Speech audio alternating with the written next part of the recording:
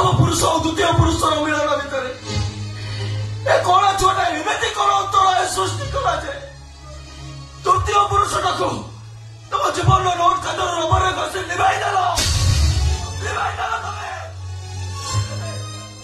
तमें आमे छोट मारिदेलु हाँ आमे मारी देचु तो कला करिचु अरे आमे हम छोट को मारिदेलु कि बंचाई के रखिलु ए कथा पचारिया को तमे किए ओ तो बापा ता सृष्टि करता मो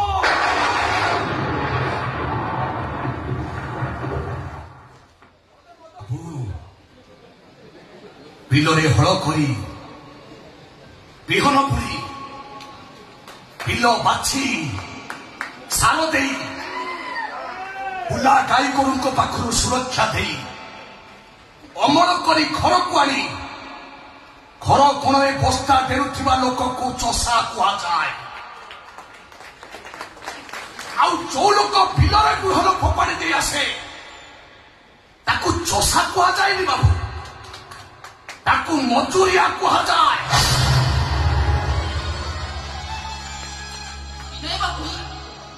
नारी को आकर्षित करी